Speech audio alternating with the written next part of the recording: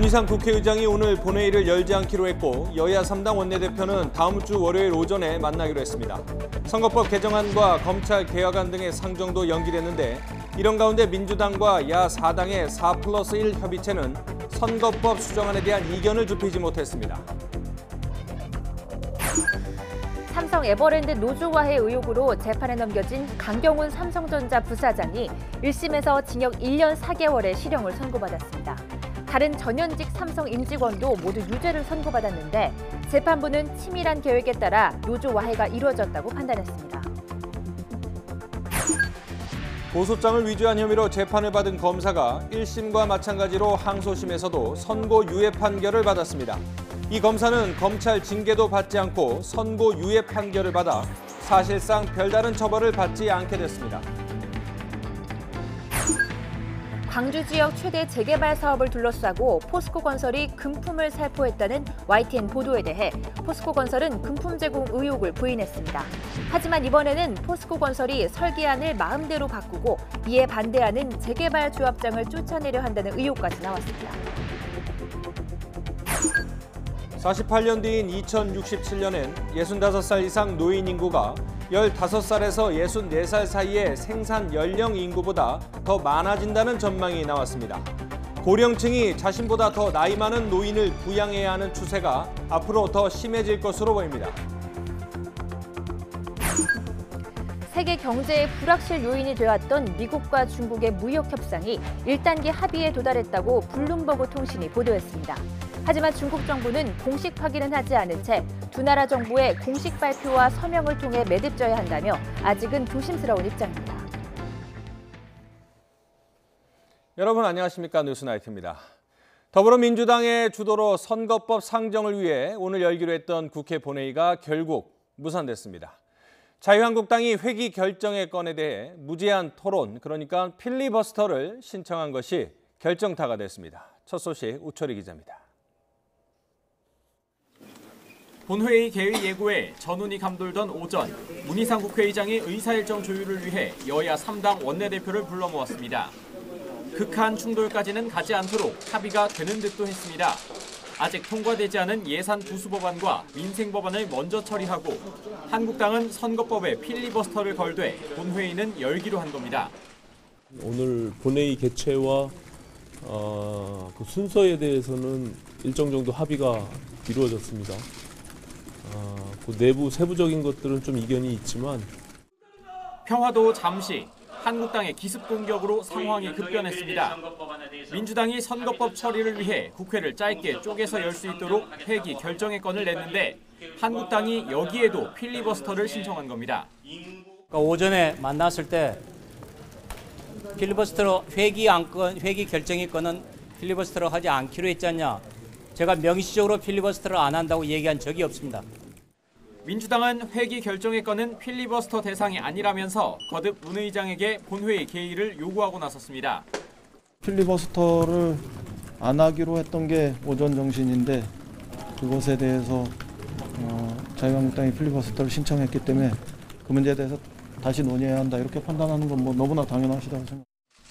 하지만 문 의장은 여야 합의를 주문하면서 끝내 의사봉을 잡지 않았습니다. 그러면서 다음 주 월요일인 16일 오전까지 합의안을 마련해오라고 압박했습니다. 단 합의가 불발될 경우에는 16일에 선거법을 본회의에 올릴 수도 있다는 의사를 내비쳤습니다. 밤을 새워서라도 합의안을 마련하길 바란다.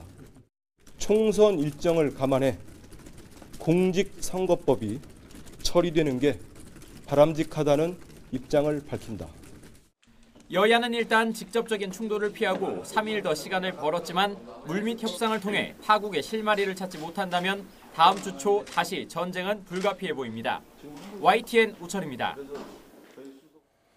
오늘은 특히 집권 여당인 더불어민주당에게 참 길었던 하루였습니다. 이 선거법 수정안을 놓고 한국당과는 끝없는 평행선이고 굳건한 공조를 자랑하는 듯했던 4+1 협의체와도 단판이 불발됐습니다. 다음 본회의에 선거법을 상정해야 하는데 갈 길이 멀어 보입니다. 조은지 기자입니다. 민주당이 본회의 디데이로 잡은 날 협상의 문이 열렸다고 한국당에 손짓하는 동시에 막차를 안 타면 강행 처리하겠다고 으름장도 놨습니다. 선거법은 게임 및 룰이기 때문에 가능한 한 합의 처리하는 것이 옳기 때문입니다. 민주당은 최후의 순간까지 대화와 타협의 끈을 놓지 않겠지만 시간 끌기를 용납하지는 않겠습니다. 협박과 회유에 꿈쩍도 않는 한국당. 여야 협상은 위장이고 허울일 뿐 민주당은 불법 조직인 4+1을 진작 준비했다며 나를 밟고 가라고 외쳤습니다. 군소성당들 잔뜩 만들어서 내 똘마니 잔뜩 휘두르고 내 마음대로 의회를 지배하겠다는 거예요. 우리가 죽기를 각오하고 싸워야지요. 서로를 절대 못 믿는 불신의 평행선 속에 민주당은 군소야당과의 이른바 4+1 협의체에서 선거법 수정안을 잠정 합의했습니다. 지역구 250석의 비례대표 50석, 또 연동률을 50%로 하되 최대 30석으로 제한하고 석패율을 전국 단위로 6석 적용하는 안입니다. 하지만 이 논의에 빠졌던 정의당이 뒤늦게 듣고 민주당 비례의석 확보일 뿐 정치개혁 취지에서 후퇴한 안이라고 반기를 들었습니다. 좀 문제가 있지 않냐 이런 얘기들을 공유했어요. 뭐 다 같은 생각이에요. 바른미래당과 민주평화당도 의원총회를 거친 뒤 약속한 듯 잠정안 반대로 돌아섰습니다. 50%가 아니라 3분의 1 연동제로 하자는 거예요. 이건 받을 수가 없죠. 민주당으로선 진작 강을 건넌 한국당과 느닷없이 돌아선 야3당 사이에서 이러지도 저러지도 못하는 상황이 된 겁니다. 선거법 다음으로 본회의에 올릴 검찰개혁 법안이 무난히 처리되려면 4+1 공조를 무너뜨리기엔 부담이 너무 크기 때문입니다. 정의당이 너무 욕심을 부린다, 자기들 위해서 논쟁을 부린다 이렇게 지적하시는 의원들이 많으시다는 거 상당히 맞을 거라고 생각합니다. 정의당에서도 잘 아실 것 같은데요. 제가 뭐라고 말할 수 있겠어요. 저는 협상을 해야 되잖아요. 실타래처럼 얽힌 각 당의 이해관계 속에 집권여당 민주당은 한국당과도 다른 야당과도 협상의 끈을 놓지 않겠다는 방침입니다. YTN 조은지입니다. 삼성 에버랜드 노조의 활동을 조직적으로 방해한 혐의로 재판에 넘겨진 강경훈 삼성전자 부사장에게 1심에서 징역 1년 4개월의 실형이 선고됐습니다. 다른 전현직 삼성 임직원도 모두 유죄로 판단했는데 재판부는 삼성그룹 차원의 치밀한 계획에 따라 노조 와해 작업이 진행됐다고 판단했습니다. 이경국 기자입니다. 삼성그룹 차원의 조직적인 노동조합 와해 작업이 있었다는 법원의 판단이 나왔습니다. 서울중앙지방법원은 에버랜드 노조와해를 주도한 혐의로 기소된 강경훈 삼성전자 부사장에게 징역 1년 4개월의 실형을 선고했습니다. 전 에버랜드 인사지원실장에게도 징역 10개월의 실형이 선고됐습니다. 다만 방어권 보장을 위해 법정 구속하진 않았습니다. 함께 기소된 전현직 삼성 임직원 등도 유죄가 인정돼 징역형의 집행유예나 벌금형이 선고됐습니다. 재판부는 먼저 삼성그룹 미래전략실이 사령탑이 돼 비노조 전략을 고수하기 위해 계열사의 노조 문제를 지휘 감독했다고 지적했습니다. 이어 강 부사장 등이 에버랜드에 상황실을 설치해 근로자를 감시하며 억지로 징계 사유를 찾아 내쫓으려 하거나 협조적인 노조를 대표 노조로 삼아 적대적 노조를 유명무실하게 만들었다고 질타했습니다.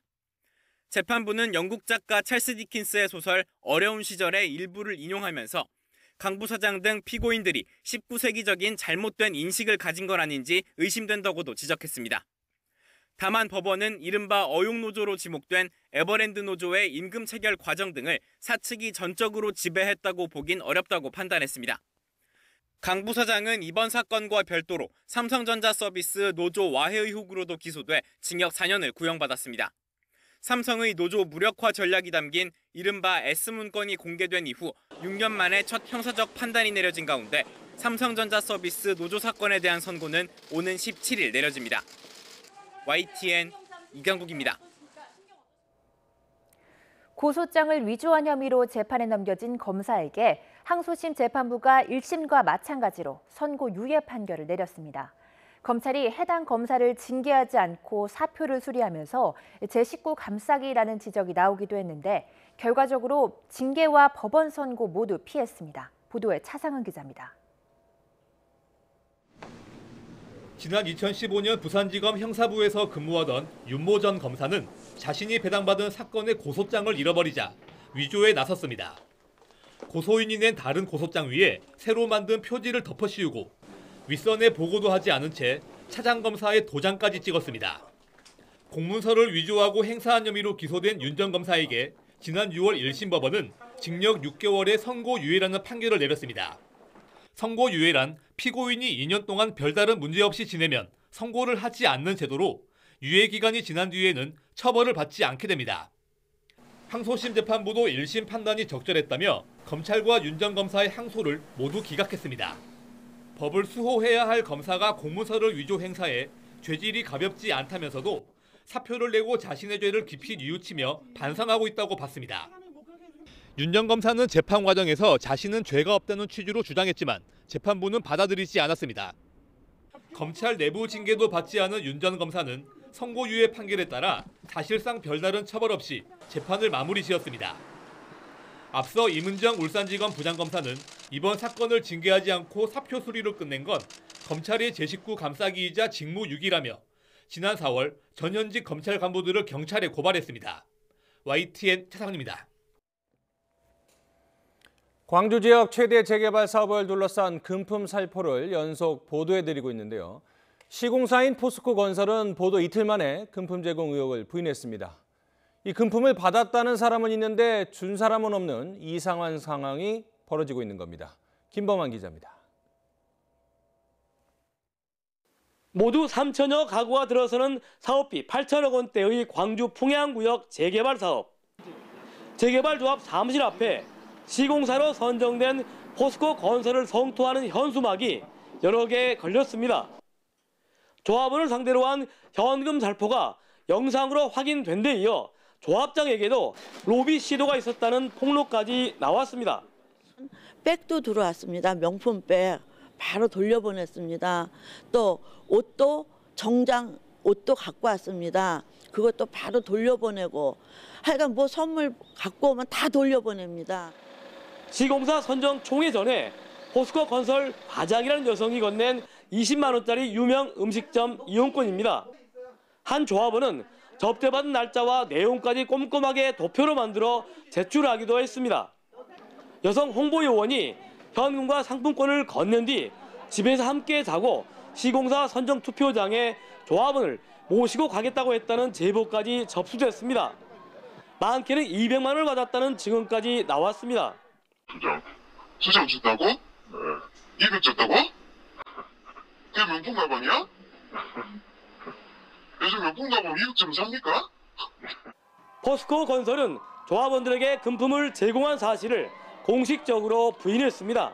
따라서 사실관계가 명확하게 규명될 수 있도록 경찰 수사에 최대한 협조토록 하겠다고 밝혔습니다.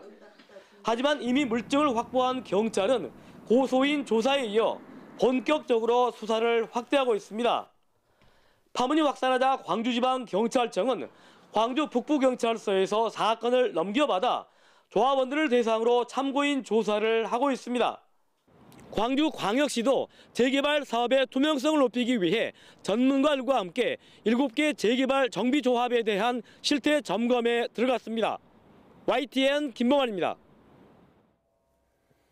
포스코 건설이 현 조합장을 내쫓으려 한다는 주장까지 나왔습니다. 이 자기들 입맛에 맞지 않기 때문으로 추정되는데 그 속사정을 나연우 기자가 취재했습니다. 지난달 9일 광주 풍양 재개발 조합의 시공사를 최종 선정하는 조합원 총회장. 유력한 입찰사인 포스코 건설이 애초 입찰 제안서와 달라진 설계안을 내놓습니다. 여러분들의 재산가치 증식을 위해서 혁신설계 3만 원 확정하시기 위해서 여러분들이 입주하신 후에도 원안과 비교해 3안은 180여 세대가 줄어드는 대신 대형 평형대가 늘어났습니다. 설계안 변경에 대해 논란이 일었지만 포스코 건설은 결국 시공권을 따냈습니다. 포스코 건설 측에서 100만 원 돈봉투를 받았다는 한 조합원의 양심 선언은 그 무렵 나왔습니다. 설명해서 못 들었습니다. 근데 나중에 조합이 와서 3만 실체가 없다는 것을 제가 느꼈습니다. 재개발조합도 총회 전부터 포스코건설의 이른바 혁신설계 3안에 부정적이었습니다. 총회 전에 이미 2차례나 경고했습니다. 또 영상으로 해서 있지도 실체가 없는 3안 확정해가지고 조합원들을 현혹시킨 거죠. 시공사와 조합의 갈등이 증폭되는 가운데 이번엔 시공사가 조합장을 쫓아내려 한다는 의혹까지 불거졌습니다. 조합 측이 오는 28일 시공사 선정 취소 안건이 상정된 임시총회를 잡자 일부 조합원이 21일에 거꾸로 조합장 해임 안건이 걸린 임시총회를 잡았습니다. 그런데 이 임시총회와 관련해 포스코건설 측이 조합원 집을 돌며 조합장 해임 결의서를 받고 있다는 제보가 접수된 겁니다. 지금 빨리 해임하고 빨리 새로운 조합장 내세워서 저희 시공사랑 협의해서 가는 게 사업은 더 빨리 가죠, 선생님. 포스코건설은 불법적인 설계안 변경과 이른바 조합장 찍어내기 의혹을 전면 부인했습니다. 설계안 변경은 용적률과 연면적, 공사비에서 변경이 없었고 최종 결정권은 조합원에게 있는 만큼 문제가 없다고 해명했습니다. 또 조합장을 해임하기 위한 임시총회는 포스코건설과 무관하다는 겁니다. 그러나 대형 건설사가 설계안을 마음대로 바꾸고 입맛대로 조합장까지 바꾸려 한다는 비난이 일고 있습니다. YTN 나인호입니다. 앞으로 48년 뒤면 노인 인구가 생산 연령 인구를 추월한다는 전망이 나왔습니다. 지금도 고령화가 진행되고 있지만 노인이 노인을 돌보는 현상이 갈수록 심각해질 것으로 보입니다. 김평정 기자입니다. 저출산 고령화가 이미 익숙한 시대가 됐지만 그 속도를 현실에서 체감하기란 쉽지 않습니다. 그래서 정확하게 파악하기 위해 보통 전체 인구에서 노인 인구가 차지하는 비중을 따져봅니다. 65살 이상을 노인으로 규정하고 비중을 추산하면 내년에는 15.7%로 예상됩니다. 그런데 5년이 더 지나 2025년이 되면 초고령 사회의 기준인 노인 비중 20%를 돌파합니다. 지금부터 48년 뒤인 2067년에는 거의 절반인 46.5%까지 이를 전망입니다. 이때 15에서 64살 생산 연령 인구의 비중은 45.4%로 줄어 노인 인구가 생산 연령 인구를 추월할 것으로 예측됐습니다. 이렇게 되면 생산 연령 인구 1명이 노인 1명의 부양을 도맡는 셈이 돼 전 사회적인 부담이 급증하게 됩니다. 지금도 65살 이상 노인의 69.7%가 자신보다 더 노인인 부모에게 경제적 지원을 하고 있습니다. 이를 노인이 노인을 돌본다고 해서 노노케어라고 하는데 이런 경향이 갈수록 심해지는 겁니다. 경제력 차이에 따라 노후 생활의 질도 영향을 받아 소득 상위 20%의 기대 수명은 85살가량으로 하위 20%의 79살보다 6년 정도 더 오래 살았습니다. 이와 함께 국민의 14%는 가족과 접촉이 없는 사회적 고립 상태로 조사됐고 가족 이외 사람과 접촉이 없는 경우도 3%였습니다. YTN 김평정입니다. 배달앱 업계 1위인 배달의 민족 운영사가 2위 요기요를 운영하는 독일 기업과 합병했습니다. 경쟁자였던 두 기업이 손을 잡은 건데 토종 벤처기업의 인수합병 규모로는 가장 큽니다. 박소정 기자입니다. 지난 2010년에 등장한 배달의 민족. 5명으로 시작한 업체 우아한 형제들이 만든 배달앱은 매출 3,200억 원에 이르는 IT 기업으로 발돋움했습니다. 이렇게 국내 배달 시장을 장악한 배달앱 1위 업체가 독일 상장 기업에 인수됩니다. 배달앱 2위 요기요를 운영하는 독일의 딜리버리 히어로가 사들이기로 한 겁니다. 평가 금액은 우리 돈으로 4조 7,500억 원. 국내 IT 벤처 기업의 인수 합병 가운데에서는 가장 큰 규모입니다.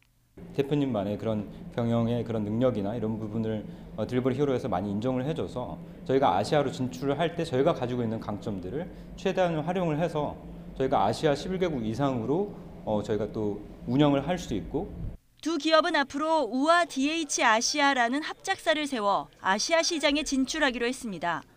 싱가포르, 타이완, 홍콩 등 다른 나라에서도 배달의 민족이라는 국내 토종 상표를 그대로 씁니다.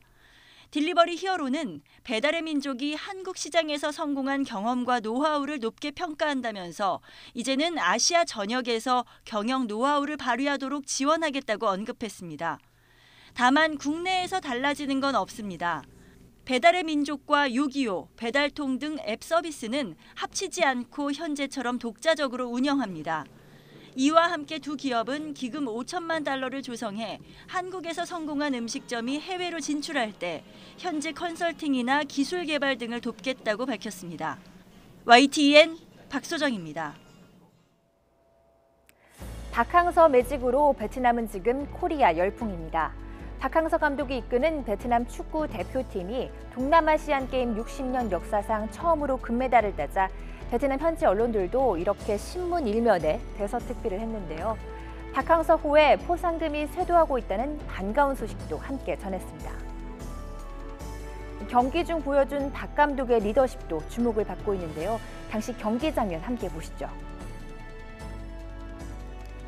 박 감독은 후반 32분 베트남 선수가 거친 몸싸움으로 쓰러지자 상대 선수에게 파울을 주지 않았다며 심판의 판정에 항의하다가 퇴장을 당했는데요. 이를 두고 현지 언론은 마치 새끼를 보호하는 어미 닭 같았다며 박 감독의 지도력을 극찬했습니다. 하지만 박 감독은 경기 후 인터뷰에서 자제하지 못해 미안하다며 자신의 레드카드를 받는 것보다 우승이 우선이었다고 끝까지 뭉클함을 안겼습니다. 미안합니다. 그렇지만 제가 잘 좀 통제를 했어야 되는데 제 레드 카드 받는 것보다는 우승이기 때문에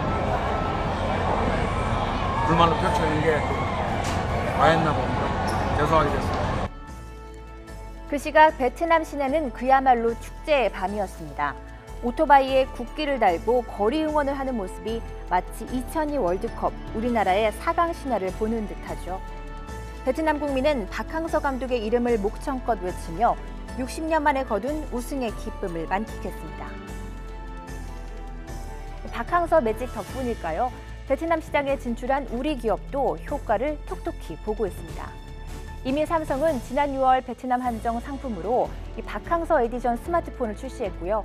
현대차는 올해 들어 지난달까지 베트남의 자동차 누적 판매량에서 일본의 도요타를 제치고 1위를 기록했다고 합니다. 한국 과자도 베트남에서 뜨거운 사랑을 받고 있습니다. 초코파이는 베트남 제사상에도 오를 정도로 국민 간식 반열에 올랐죠.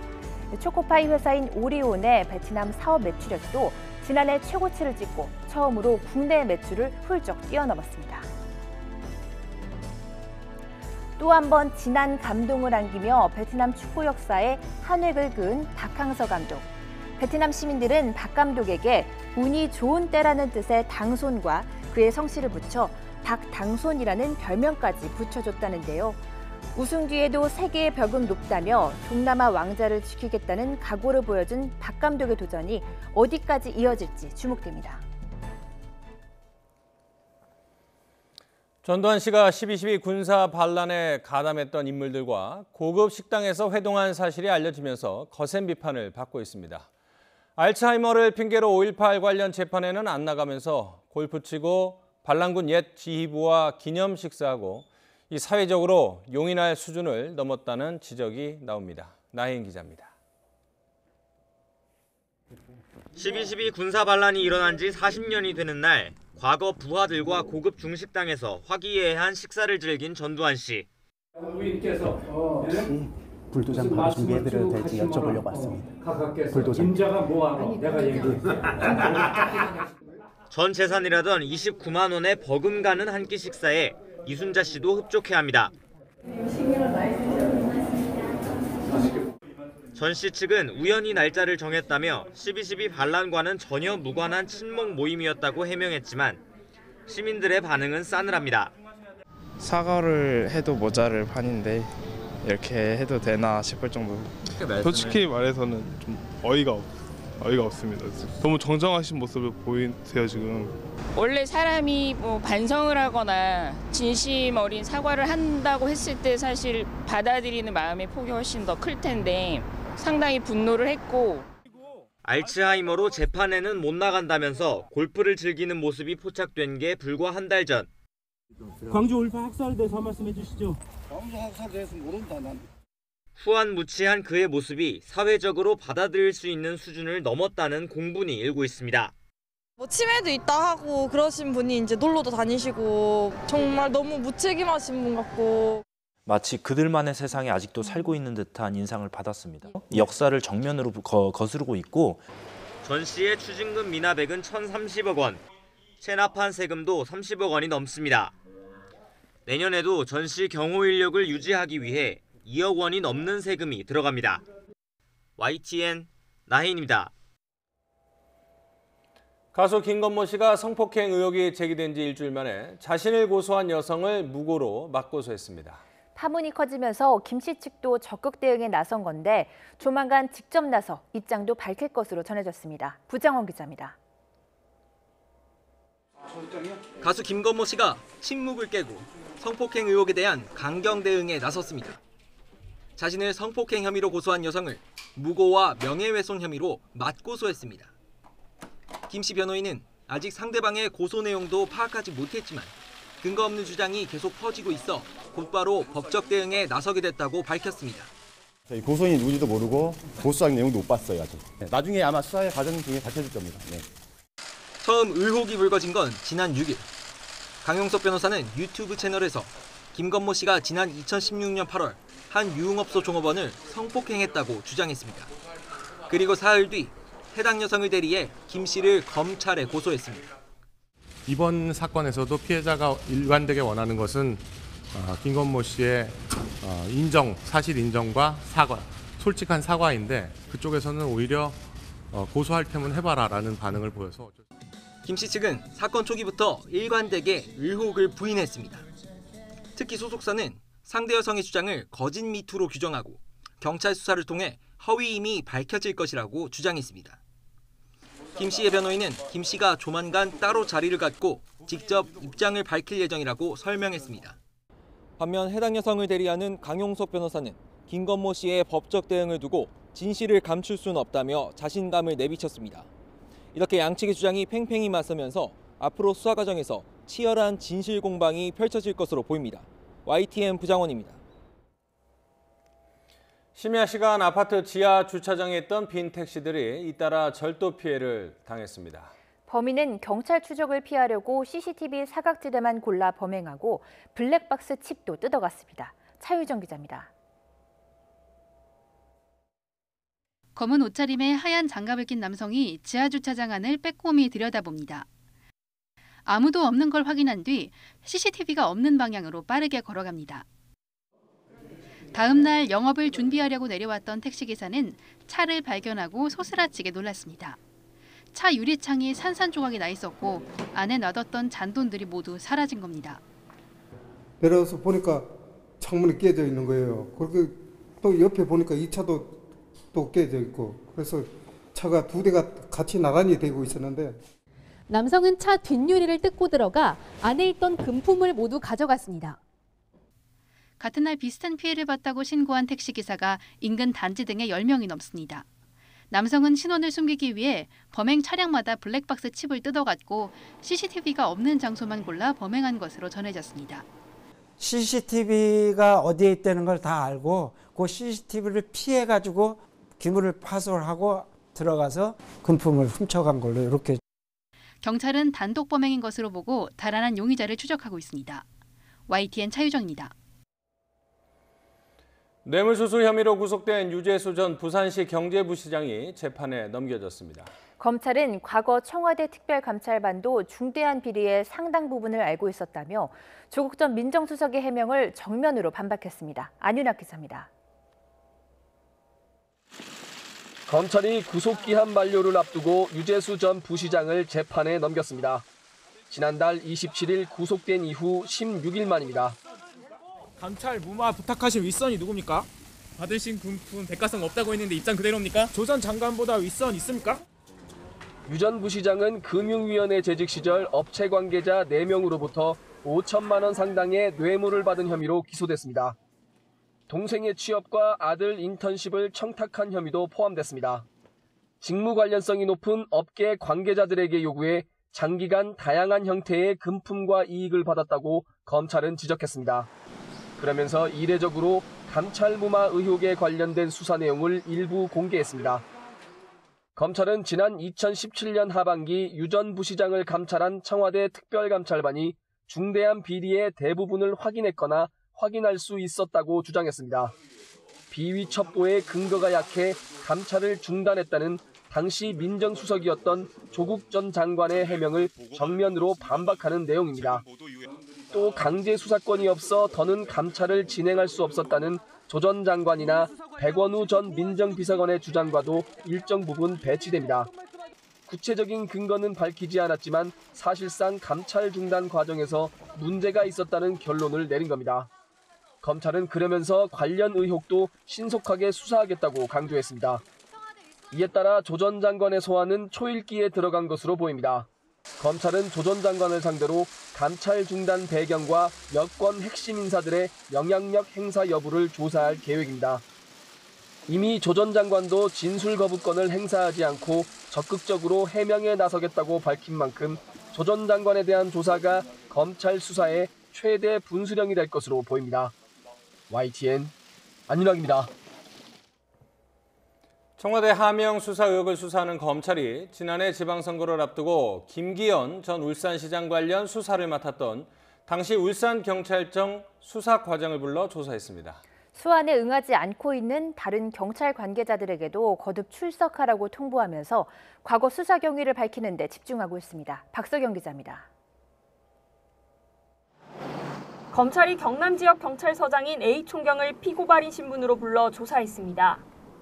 황운하 대전경찰청장이 울산청장이던 시절 수사과장을 지낸 인물입니다. 백원우 전 청와대 민정비서관 휘하 특별감찰반원이던 정모 총경과는 경찰대 동기로 김 전 시장 수사를 앞둔 지난해 1월 고래고기 사건과 관련해 울산에 내려왔다는 정 총경과 만난 인물로 지목됐습니다. 당시 A 총경은 하명 수사 의혹이 제기된 김기현 전 울산시장 동생과 측근 비리 수사를 지휘하고 있었습니다. 검찰은 A 총경을 상대로 정 총경을 만난 이유와 당시 첩보를 전달받아 수사에 나선 경위 등을 추궁한 것으로 전해졌습니다. 앞서 김 전 시장은 라디오 방송에서 고래고기 사건 때문에 울산을 다녀갔다는 정 총경이 A 총경을 만난 것은 하명 의혹을 뒷받침하는 증거라고 주장했습니다. 고래고기는 형사과장이 수사하는 사람이죠. 왜 그 김기현이 수사하는 수사과장을 만나고 갑니까? 같은 방송에서 설전을 벌인 황 청장은 첩보 이첩에 한 달이나 걸렸는데 기획된 하명 수사일 수 없다고 맞받았습니다. 그 반나절도 안 걸리는 거거든요. 인수인계하고 뭐 어쩌고 한다고 그러면 3달 넘게 걸렸다 하더라고요. 그게 가능합니까? 하명 수사라면? 검찰은 출석 요구에 소환에 응하지 않고 있는 당시 울산경찰청 수사팀 관계자 7, 8명에게도 주말까지 나와 조사받으라고 거듭 통보했습니다. 김기현 전 시장 의혹 수사 책임자 소환을 시작으로 지난해 경찰의 수사 착수 경위와 과정을 밝히는 검찰 수사가 속도를 낼 전망입니다. YTN 박서경입니다. 세계 경제의 불확실 요인이 되어왔던 미국과 중국의 무역 협상이 1단계 합의에 도달했습니다. 트럼프 대통령이 이를 승인했고 양국 정부가 곧 서명할 것으로 전해졌습니다. 김희준 기자입니다. 지난 10월부터 협상을 벌여온 미국과 중국이 1단계 무역 합의에 도달했고 트럼프 대통령이 이를 승인했다.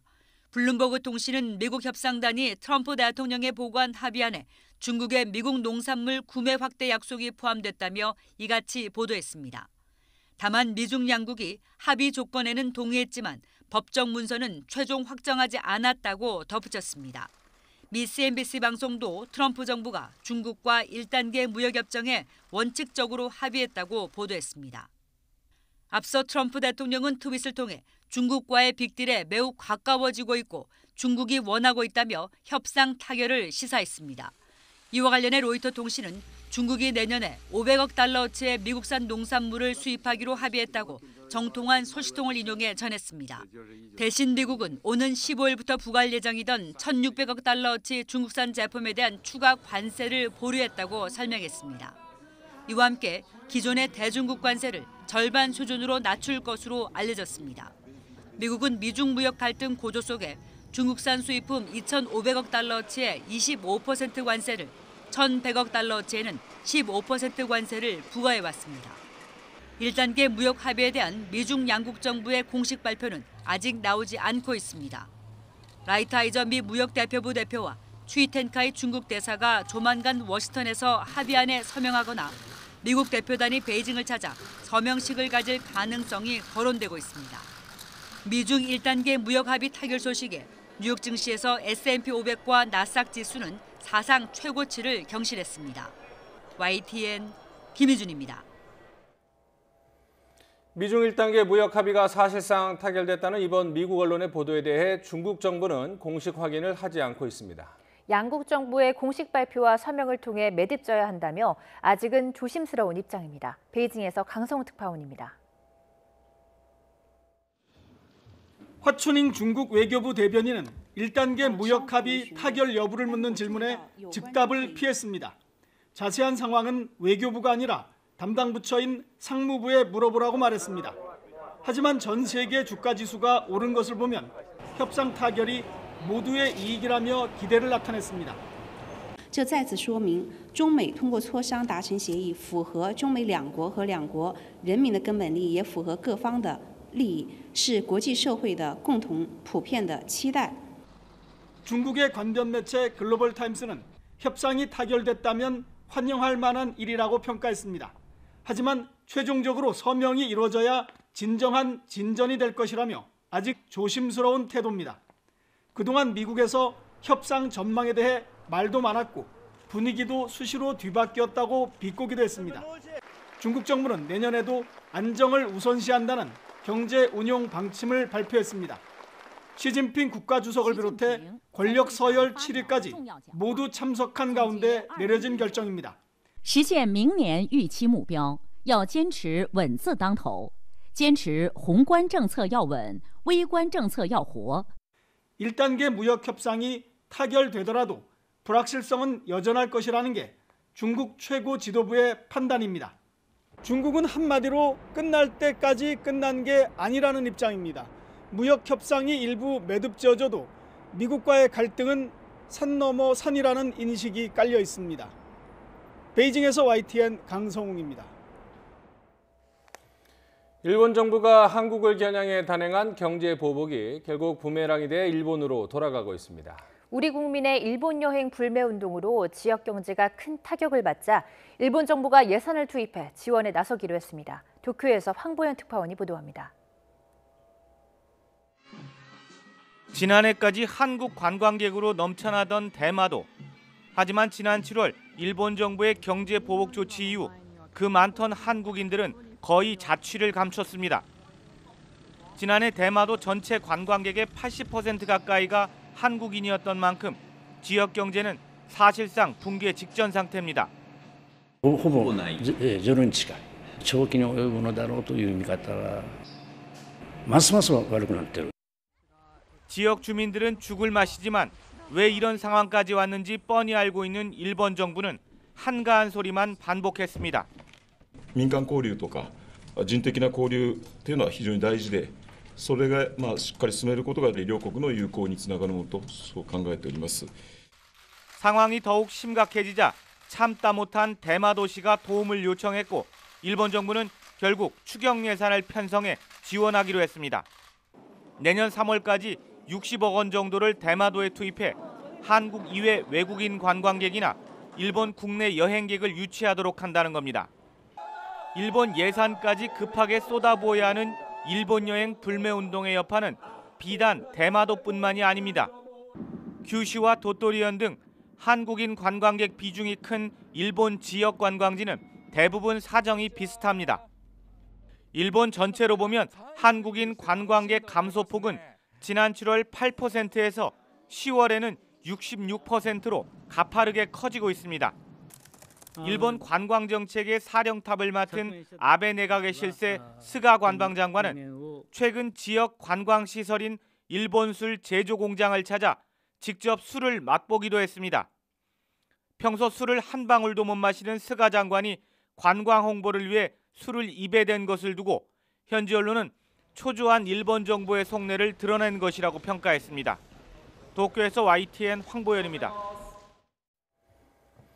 북한의 추가 도발 가능성 제기에 대해 트럼프 미국 행정부가 연일 압박하고 있습니다. 미 국방부는 최악의 상황에 대해 대비한다면서 중거리 탄도미사일 발사 시험에 나섰습니다. 워싱턴 강태욱 특파원입니다. 유엔에서의 대북한 압박에 이어 미 국방부도 경고 메시지를 내놓았습니다. 윌리엄 번 합참 부참모장은 북한의 장거리 미사일과 핵실험 중단 약속을 준수하기를 바란다고 말했습니다. 그러면서 마크 에스퍼 장관이 언급한 최선을 희망하면서 최악을 대비한다는 말도 덧붙였습니다. We would hope that they would abide by those words, but hope is not a strategy. As the Secretary said up on Capitol Hill yesterday, we hope for the best and we plan for the worst. 이런 가운데 미 국방부는 지상 발사형 중거리 탄도미사일을 시험 발사했다고 밝혔습니다. 캘리포니아주 반덴버그 공군 기지에서 이뤄졌는데 미사일이 500km 이상 비행했다고 설명했습니다. 그러면서 수집된 데이터와 교훈은 향후 중거리 전력 개발에 영향을 줄 것이라고 덧붙였습니다. 국무부의 데이비드 스티렐 동아시아 태평양 담당 차관보도 북한에 대해 경고를 날렸습니다. 북한이 유감스럽고 무분별한 행동을 해서는 안 된다고 말했습니다. But there's also the reminder that we can't have any more of this unfortunate, ill-advised behavior. And that hasn't changed. That position is the same. 그러면서 북한의 번영과 평화, 나머지 모든 것을 돕기 위한 또 다른 길을 보여줄 기회를 갖고 있다고 덧붙였습니다. 북한의 도발 징후가 높아지면서 미국이 외교와 군사력 등 다양한 분야를 동원해 압박을 강화하고 있다는 분석입니다. 워싱턴에서 YTN 강태욱입니다. 우리 군의 새로운 전략 무기로 꼽히는 F-35A 스텔스 전투기가 올해분 도입을 완료했습니다. 그런데 실전 배치를 앞두고 공군이 전력화 행사를 비공개로 진행하기로 결정하면서 북한을 의식한 거라는 분석이 나오고 있습니다. 임성호 기자입니다. 지난 2008년 우리 군의 주력 전투기인 F-15K 슬램 이글의 전략화 행사 모습입니다. 대대적인 공식 기념식과 함께 F-15K 전투기들이 직접 편대 비행하는 모습도 선보였습니다. 오늘 임무를 성공적으로 수행한 조종사와 정비사에게 큰 축하와 격려의 박수를 부탁드립니다. 전략화 행사는 작전 체계를 완비하고 언제든 출격해 임무를 수행할 수 있다는 것을 국민에게 알리는 행사입니다.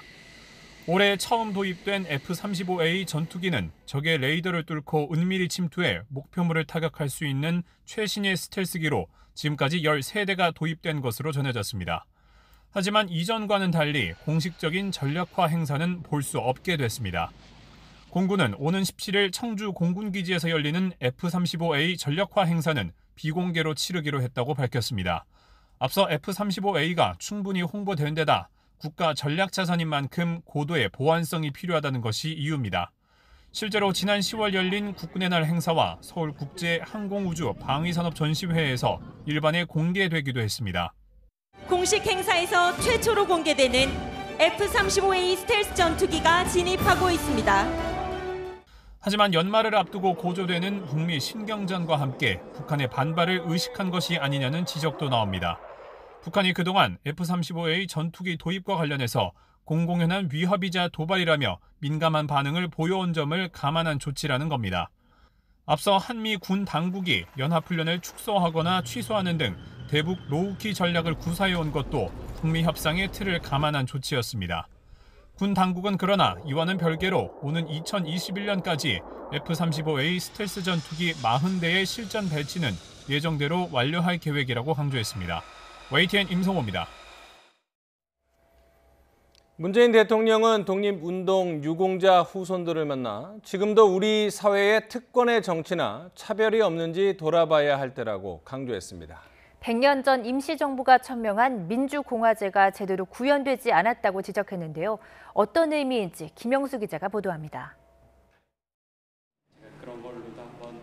백범 김구 선생의 모습을 레고로 만든 모자이크 작품이 청와대에 설치됐습니다. 문재인 대통령도 신기한 듯 다가가 만져봅니다.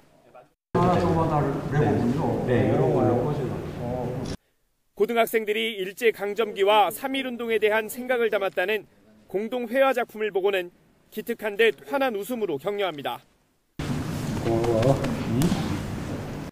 문 대통령이 3.1운동 및 임시정부 수립 100주년 기념사업추진위원회 관계자들과 독립유공자 후손을 초청해 격려했습니다. 100년 전 임시 헌장의 민주공화제가 우리 정치와 사회에서 제대로 구현되고 있는지 의문이라고 지적했습니다. 특권의 정치가 이어지고 번영 속의 심각한 경제적 불평등이 또 다른 신분과 차별을 만들고 있지는 않은지 우리 스스로 겸허하게 되돌아봐야 할 때입니다. 미래 세대가 이끌어갈 100년은 공정과 자유, 평등을 바탕으로 번영하는 목표를 세워야 한다고 밝혔습니다. 정부는 미래 세대들이 3.1 독립운동의 유산을 가슴에 품고 새로운 미래를 여는 당당한 주역이 될 수 있도록 독립운동의 역사를 기리고 알리는 일에 최선을 다할 것입니다. 문 대통령은 함께 잘 사는 나라와 평화의 한반도 목표도 함께해야 이룰 수 있다면서 독립유공자 후손들의 지원을 당부하고 다양한 목소리를 경청했습니다. 우리는 폭력을 이기는 힘이 무엇인지 3.1운동 주체들에게서 이미 뜨겁게 확인했습니다. 100년 전 3.1운동과 임시정부 정신이 제대로 구현되고 있느냐는 문 대통령의 물음에는 민생을 뒷전으로 밀어내고 기득권을 놓지 않는 현실 정치에 대한 비판도 담긴 것으로 해석됩니다. YTN 김영수입니다.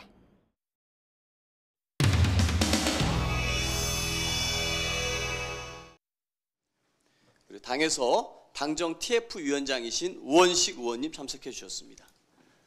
김용균 특조위 권고안에 대한 당정 입장을 말씀드리겠습니다. 먼저 고 김용균 노동자 1주기를 맞아 다시 한번 고인의 명복을 빕니다. 노무비를 별도 계좌를 통해 지급함으로써 정비사가 마음대로 노무비에 손대는 일이 없도록 하겠습니다. 적정 노무비 지급 보장을 위해 5%의 발주금액 인상을 그렇게 되면 최종 평균 연봉은 15% 이상 금액으로 위험작업 2인 1조 투입, 안전보건조치 등을 근로자의 참여, 원하청 간 협의를 통해 이루어질 수 있도록 그러나 직접고용 정규직화, 한전 KPS 일원화는 민간 정비사의 파산 및 상장회사의 주주 반발, 그리고 간접 인력의 고용 불안정 등 현실적인 제약 조건이 있습니다.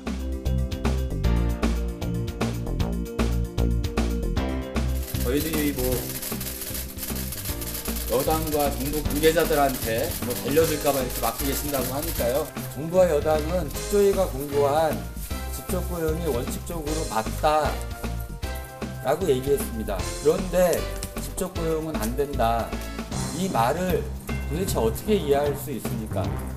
그렇기 때문에 당사자나 유가족을 초대하지 못하고 기자회견장이 아니에요, 여기는. 아니 그러니까 여기서는 그렇게 하는 데가 아니니까 거기 가서 조능한 데서 어디서 방어까지 공공운수 입장인데요. 그렇게 하면 오히려 이 상황이 길어질 뿐입니다. 이거 10분도 안 걸립니다. 기자님들 이 발표 이후에 발전소에서 일하고 있는 비정규직 노동자들의 생각은 어떤지 궁금하시죠? 그냥 거기 가서 하시지 왜 얘기 없어? 그런다고 해가지고 저희가 이 자리에서 입장을 발표 안 할 수 없는 상태이기 때문에 길어지기만 합니다. 차라리 끌어내시려면 끌어내세요.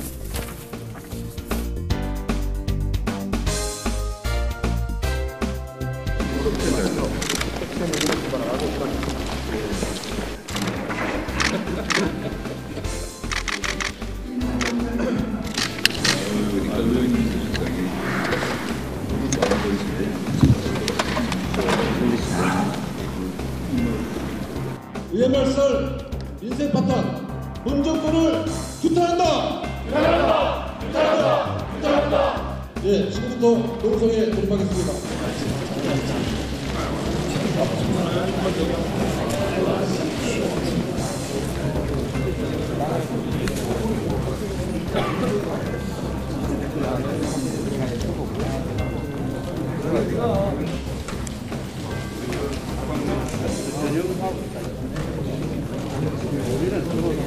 이런 거 하는 사람들 잡아가지고 뭔데 그래야?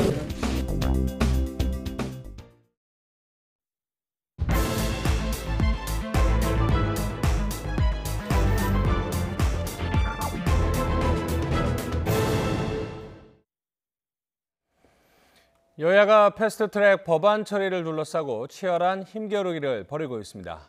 특히 한국당이 12월 임시국회 회기 결정 안건에 필리버스터를 신청하면서 결국 오늘 예정됐던 본회의는 무산됐습니다.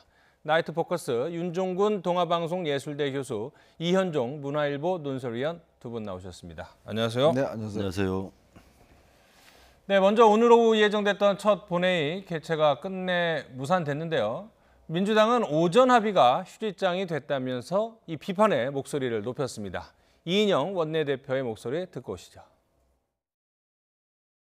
선거법이 먼저입니다. 예산 부수 법안, 민생 법안 한 다음에 다 다룰 수 있을지는 모르겠습니다. 선거법에서 필리버스터가 걸리면 요 회기가 종료될 때까지는 그 하나로 지속이 됩니다. 합의만 하면 자꾸 뒤집히고 이러면 안 된다고 생각합니다. 그럼 어떻게 국회를 운영합니까? 사실 더불어민주당은 오늘 패스트트랙 법안을 일괄 상정하겠다고 했고 애초 문희상 의장도 그럴 가능성을 열어놨는데 결국 본회의가 열리지 않게 된 근본적인 원인은 무엇일까요? 네, 어떤 지금은 자유한국당 탓을 하는데요. 결정적으로는 사실은 4+1 지금 민주당을 중심으로 하는 다른 야당과에서 선거법이 일단 합의가 되지 못했어요. 이제 그러다 보니까 아무리 자유한국당이 반대한다 하더라도 일단 선거법 자체가 합의를 못했기 때문에 국회가 열려도 사실은 못 올리는 그런 상황이었지 않습니까? 그래서 어차피 오늘 국회는 열리지 못한 것인데 일단 지금 자유한국당 같은 경우는 이제 법안이 올라올 경우는 이제 패스트트랙 하겠다. 더군다나 원래 제일 먼저 안건으로 이제 국회 이 기간과 관련해서 이번이 사실은 임시국회인데요. 상당히 살라미 임시국회라고 이제 보통 명명을 하는데 지난 10일에서 16일까지만 열리지 않습니까? 이제 그렇다 보니까 아마 그거부터 먼저 좀 논쟁을 붙여서 이제 필리버스터 하겠다고 이야기를 했는데 국회 쪽에서는 그거는 필리버스터 용건이 아니다라고 해서 그와 실랑이를 벌이는 사이에 사실상 이제 4+1에서 이제 합의가 되지 않음으로 해서 결국 이제 넘어간 것 같아요. 일단 아직 유동적이긴 한 것 같습니다. 지금 민주당의 안과 다른 당의 지금 정의당이나 이쪽의 안이 상당히 좀 간극이 있기 때문에 내일까지 합의가 될 가능성 아직까지는 좀 없는 것 같아요. 그렇다고 한다면 아마 이번 또 임시국회는 혹시나 이게 합의가 못하면 다음 또 지금 임시국회 또 소집해놨거든요. 아마 그쪽으로 넘어갈 수도 있는 상황 같습니다. 네. 지금 자유한국당 황교안 대표 등을 위시한 지도부는 본회의장 앞에서 농성을 벌이고 있는데 여기에 대해서는 어떻게 보세요? 이게 협상 따로 그다음에 이제 물리적인 그런 방어를 하고 있는데요. 지금까지 이제 국회가 파행되어 오는 과정을 보면 번번이 이제 좀 황교안 대표한테 좀 막혔다 좀 이런 생각이 들어요. 지금까지 이제 그 나경원 원내대표도 기존에 이제 이인영 원내대표나 이제 원내대표 지금 말씀하신 4+1 이건 말고도 교섭단체 간 원내대표 이제 회담에서도 통해서 이제 합의한 많은 사안들이 황교안 대표한테 가서 이제 좀 거부당하고 이런 경우들이 있고 다 기억하시겠지만 며칠 안 됐기 때문에 심재철 원내대표가 원내대표로 당선되고 나서 첫 번째 이제 협상에서 이제 합의를 좀 봤지 않습니까? 그게 또 한국당 의총에서 또 바로 거부가 됐어요. 그러니까 너무 이제 황교안 대표가 이제 원내에 계시지 않아서 그런지 너무 이렇게 대선을 염두에 둔 행보 이런 것 때문에 그런지 자꾸 이제 그 원내에서 이루어지는 지도부 간의 합의 이런 것들이 번번이 이제 황교안 대표 의중에 좀 막혀서 관철되지 못하고 있는 그런 모형새가 자주 연출되는 것이 좀 안타깝습니다. 자, 황교안 대표가 나를 밟고 가라 이렇게 이야기를 하면서 지금 사흘째 농성을 이어가고 있는데요. 황교안 대표가 어떤 말을 했는지 한번 들어보시죠. 왜 그 선거법 바꿉니까? 여러분 필요하다고 안 하셨잖아요. 국민이 필요 없는 그 선거법을 이 정권이 왜 개정하려고 하는 겁니까? 왜 악법이냐? 우리 국민의 뜻에 반하는 법이니까 악법입니다. 이 정권 반드시 굴복시킵시다. 무너뜨립시다. 지금 자유한국당이 필리버스터 카드를 이제는 꺼내들고 있는데 그것 말고 또 다른 전략이 있을까요? 일단 뾰족한 방법이 없습니다. 지금 108석의 의석이 있기 때문에 사실은 어떤 면에서 보면 지금 4+1이 강행을 한다고 하면 막을 수 있는 방법은 없어요. 왜냐하면 지금 아까 나왔지만 필리버스터라는 게 해당 임시국회만 해당되는 거거든요. 그러니까 다음 임시국회 넘어가면 그 안건에 대해서는 그냥 통과시킬 수가 있는 겁니다. 이제 그러다 보니까 필리버스터 효력이 제한적이죠. 자, 그렇기 때문에 사실은 이제 지금 야당 내부에서 나오는 이야기가 물론 지금 연동형 비례대표제라는 게 처음에 당초보다는 거의 어떤 면에서 보면 이제 의미가 없어져 버리는 지금 상황까지 와버렸습니다. 지금 야당 같은 민주당 같은 경우에 지금 이 안 자체가 250 플러스 50이 돼 가는데 옛날에는 275에서 이제 였거든요. 그럼에도 불구하고 지금 이 안 자체는 어떤 면에서 보면 연동률 자체가 또 절반으로 또 후퇴를 했고, 더군다나 지금 민주당 일부에서는 야당과 협상을 하기 위해서 이것 또한 한 5석 정도를 더 줄여서 한 20석 정도만 이제 연동률하고 나머지 그냥 현행대로 하자, 이 정도의 안까지 나왔단 말입니다. 이제 그렇게 돼버리면 사실 이 안 자체가 굉장히 어떤 면에서 보면 좀 의미가 없어져 버리는 그런 상황까지 온 것인데, 지금 황교안 대표 입장에서 보면 이게 어떤 정책 타협보다는 이제 강한 선명성을 좀 보이겠다. 그래서 뭔가 이쪽에서 굴복시키겠다라고 이야기를 하는데, 현실적으로 지금은 어떤 면에서 보면 누구 하나 일방적 승리로 갈 수 있는 상황은 저는 아닌 것 같습니다. 어떤 면에서 이제 연동형 비례대표제의 의미 자체도 이제 상당히 희석화돼 버렸고, 그렇다면 이 사태를 언제까지나 이제 연장시킬 것인가 라는 문제를 봤을 때는 심재철 원내대표가 20석 정도면 좀 우리가 합의를 할 수 있다라는 의견을 표명을 한 바 있거든요. 그래서 거기에 맞춰서 지금 민주당이 안을 내왔기 때문에 모르겠습니다. 지금 뭐 황 대표가 워낙 강경하게 하기 때문에 심재철 원내대표도 협상의 여지를 굉장히 줄어드는 것 같아요. 그렇지만 이렇게 너무나 또 강경투쟁을 해버리면 나중에 과연 그러면 제1야당 입장에서 보면 물론 투쟁은 했지만 거의 얻는 것이 없지 않는가, 또 이런 어떤 내부적인 반발이 있기 때문에 한면으로 보면 좀 지금이 상당히 좀 중요한 고비가 아닌가 생각이 듭니다. 지금 말씀하신 거를 보면 뭐 지금 기사를 보면은 유턴을 하고 싶어도 명분이 없다 뭐 이런 얘기도 들리기는 합니다만, 지금 말씀하신 걸 보면 황교안 대표는 여전히 강경 입장이고, 그래서 심재철 원내대표가 여당과 협상을 하는데 입지가 좀 좁다 뭐 이렇게 지금 그런 분위기가 자유한국당 내부 분위기입니까? 그렇죠. 왜냐하면 이게 의원총회를 해보면 그래도 이제 정치를 하신 분들은 사실 정치라는 게 뭔가 올와 나싱이 없지 않습니까?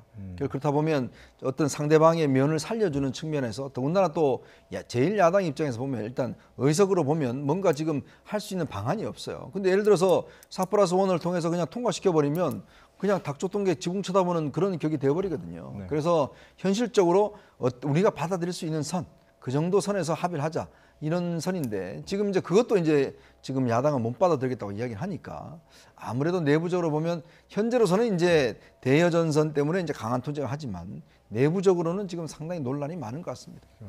이 더불어민주당 입장에서도 조금 어려움이 있는 것이요. 4+1 체제에서 지금 선거법 때문에 다른 이른바 군소 야당에서 많이 반발을 하고 있거든요. 자유한국당과 협상을 위해서는 비례대표 숫자와 관련돼서 좀 줄여야 되는데 여러 가지 어려움이 있는 것 같아요.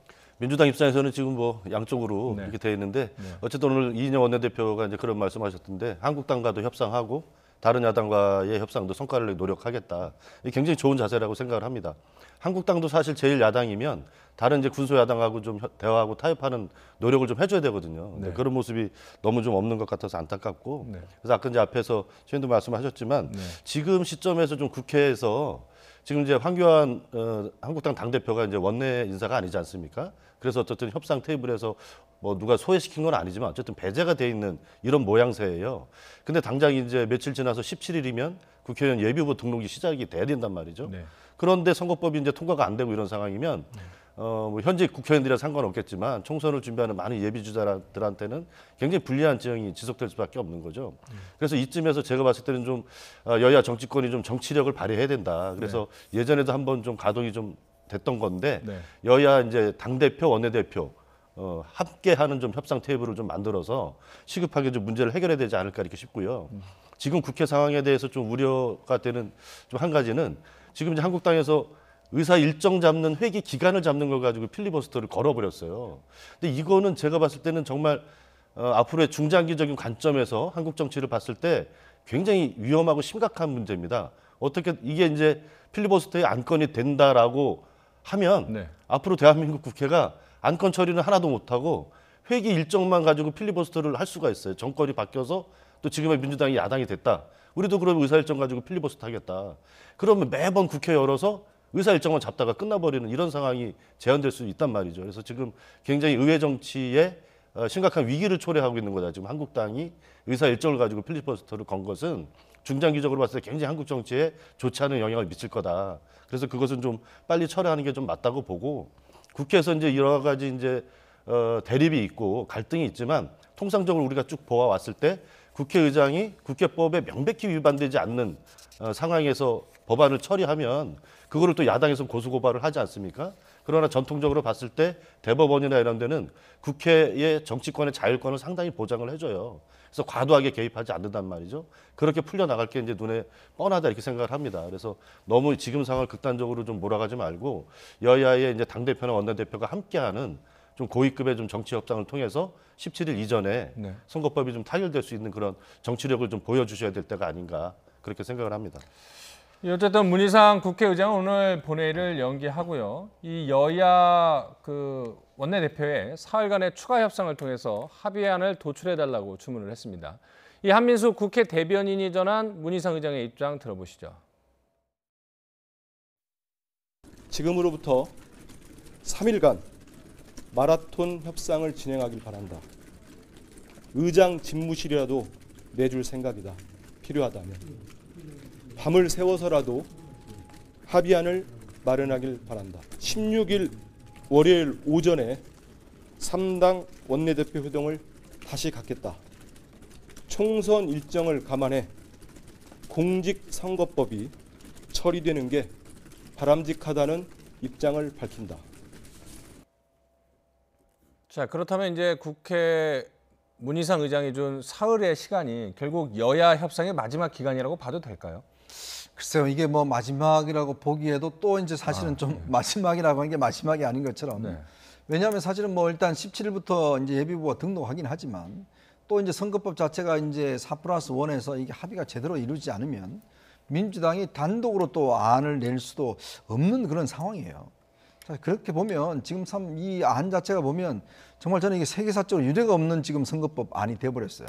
지금 뭐 일단 민주당 내부는 석패율은 이제 포기를 하겠다고 그러고 뭐 하지만 이게 결국 보면 처음에는 사실 이게 어떤 비례대표의 어떤 그 비례성을 높이기 위한 그런 측면에서 시작을 했다가 결국 이게 또 이제 여야 협상 때문에 250에서 50으로 또 줄어들었지 않습니까? 또 그러다 보니까 이게 사실 어떤 면에서 보면 여당 입장에서 보면 이런 방식의 그 선거를 하면 제1야당과 제1당과 2당 같은 경우는 비례대표가 없어요. 비례대표가 없는 그런 정당이 될 수가 있는 거거든요. 그래서 뭐 무슨 이야기가 나오냐면 그 자유한국당 같은 경우는 아예 비례대표용 위성정당까지 만들겠다.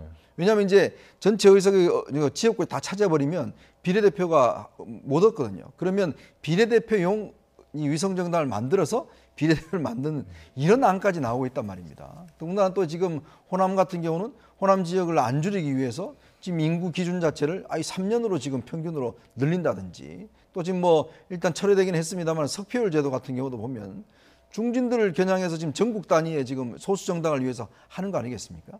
그러니까 결국은 제가 이번 선거법을 보면 결국은 꼬리가 몸통을 흔들어버린 선거법이에요. 즉 정의당과 뭐 몇몇 이 정당들이 의석이 적은 정당들이 전체적인 큰 당들을 흔들어버리는 상황이 돼버렸단 말입니다. 더군다나 거기에다가 또 중진들의 자기의 어떤 이해관계가 완전히 또 들어가 버려서 자기 살기 위한 선거법을 되다 보니까 원래 처음에 했던 거는 형체 없이 사라져버리고 지금은 보면 완전히 누더기가 돼버리는 선거법이 돼 있다는 거죠. 자, 그렇다 보면 저는 그래서 이 민주당이 집권 여당 입장에서 좀 더 이제 과감한 결단을 좀 내릴 때가 아닌가. 과연 이제 지금의 처음에 생각했던 것과 사실 민주당도 보면요. 이런 상황에서 비례대표 한 석도 안 하면 민주당은 위성정당 만들지 못합니다. 왜냐하면 집권 여당이기 때문에 그런 방식을 못 하거든요. 근데 여당이 비례대표가 없는 이런 선거법에 이게 말이 되는 선거법입니까? 이제 그렇기 때문에 저는 지금 상황에서 봐서는 지금 그래서 이제 자꾸 이제 그 여당에서도 안 자체가 자꾸 후퇴를 하는 거예요. 내부적으로 필요하니까. 그러면 아마 이 3일 동안 어떤 면에서 보면 정말 이제는 좀 더 솔직하게 딱 떼놓고 그리고 국민들 앞에도 좀 부끄럽지 않는 그런 선거법을 좀 만드는 그런 협상의 계기로 삼았으면 좋겠습니다. 네, 알겠습니다.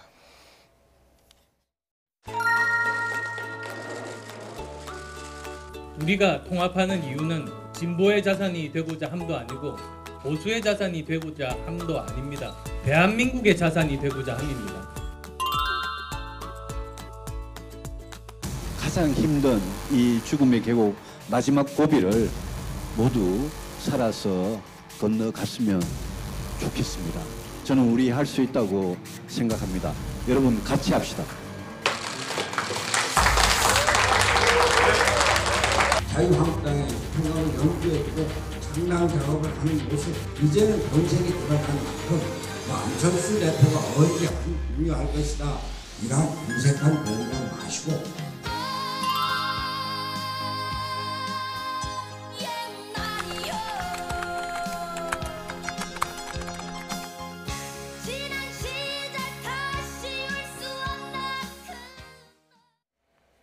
자, 그렇다면 왜 안철수 전 대표는 새로운 보수당에 참여를 하지 않겠다고 선언을 한 걸까요? 지금 봤을 때는 이제 안철수 대표의 시선은 이미 그냥 대선으로 가 있는 것 같아요. 예를 들어서 이제 올해 중반이나 이때쯤 많은 사람들이 예측했던 것이 대선으로 가려면 총선에서 어느 정도 이제 자기 지지 세력도 만들고 국민들한테 평가를 받는 과정을 거쳐야 되는 것이 상식이지 않습니까? 그렇기 때문에 이번 총선 과정에 어떤 형태가 됐든 간에 정치적인 역량을 가지고 참여하지 않겠느냐 이런 예측들을 많이 했는데 지금 뭐 이제 유럽에다가 이제 미국으로 가고 이러면서 국내 정치에 복귀할 뜻이 이제 당분간 없는 것으로 이렇게 비춰지는, 그리고 지금 총선이 또 불과 몇 달 앞으로 다가온 이런 상황에서는 이번 총선에 어떤 정치적인 개입을 하지는 않겠다 이렇게 하고 시선이 이제 그 대선으로 가 있기 때문에 아마도 좀 그런 그림을 그리고 있지 않을까 이렇게 싶어요. 그래서 이번 내년 총선을 통해서 한국당 그리고 또 오늘 이제 당명을 정한 새로운 보수당이 국민적인 지지를 받지 못하고 있는 이런 상황이 이제 결과적으로 나왔을 때 보수라고 하는 당명이 들어간 정당에 안철수가 들어갈 수는 없는 거거든요.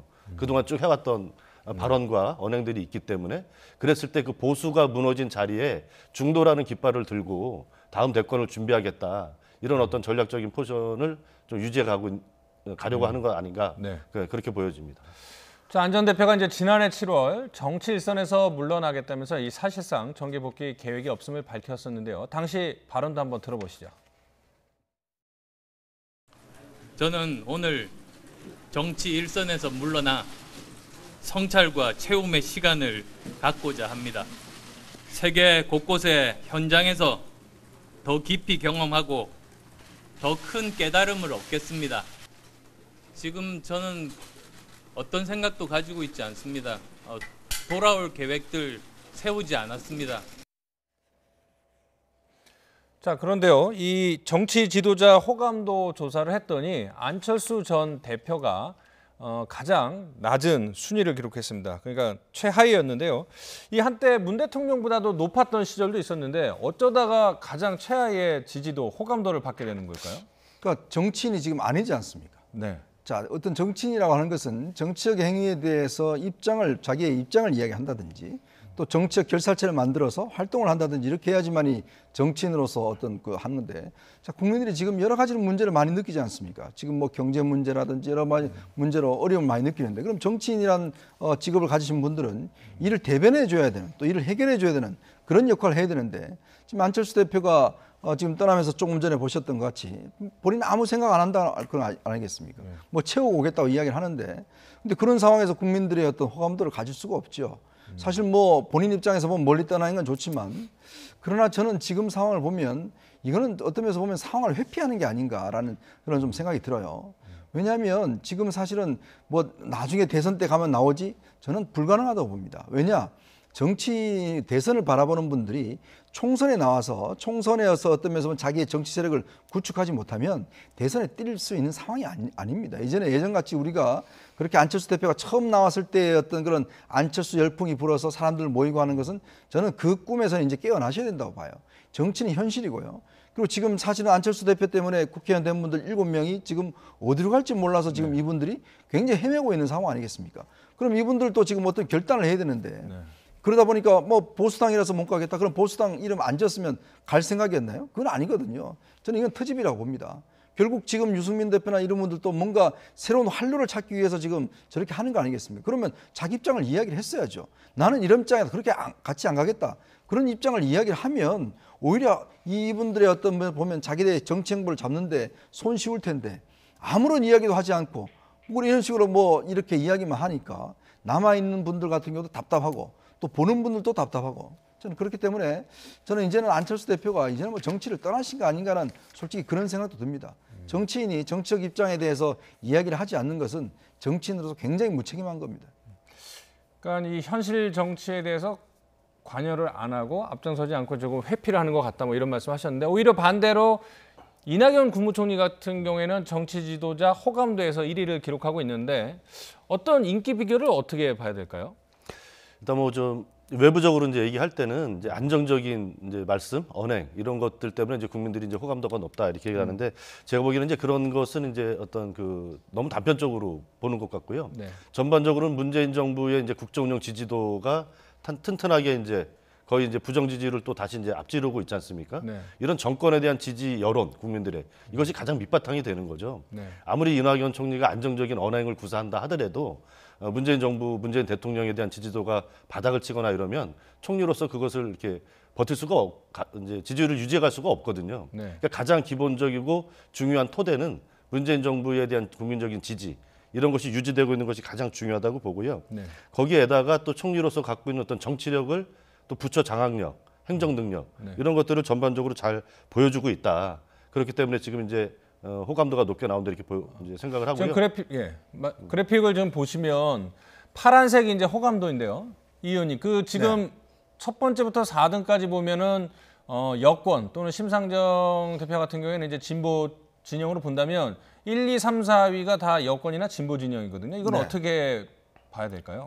아무래도 아직까지 이제 야당에 대한 국민적 호감도가 많이 떨어지기 때문에 그래서 물론 뭐 현 정부에 대한 비판적인 생각들은 많이 갖고 있지만 그렇다고 하더라도 또 인물적인 면에서 그렇다면 그러면 야당의 어떤 대안 세력으로서 있느냐 이 부분에 대해서 아직까지 국민들이 좀 선택을 못 하시는 것 같아요.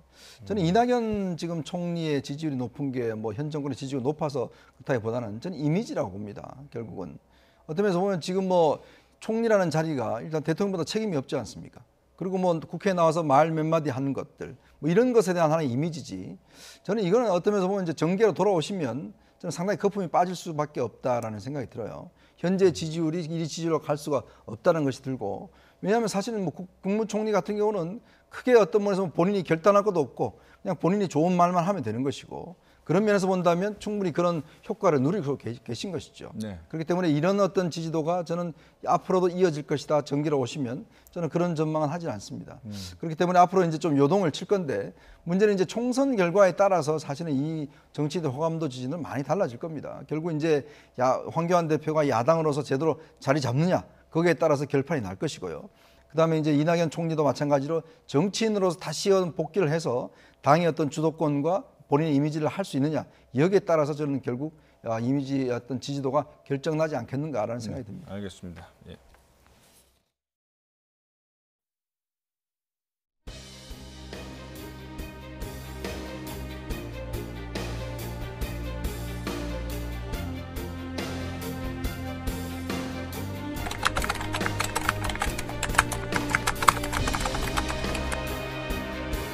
감찰 보고서를 작성해서 이인걸 특감반장, 박영철 바움부패비서관을 거쳐 조국민정 수석에게 보고가 들어갔을 것을 봤다는데요. 특감반장은. 그런데 그 위에 이렇게 할 지시가 없었다는 거예요. 첩보를 조사를 한 결과 그 비첩보 자체에 대해서는 근거가 약하다고 보았습니다. 저는 뭐 저에게 부여된 일에 대해서 제가 법과 원칙에 따라서 충실히 할 따름입니다.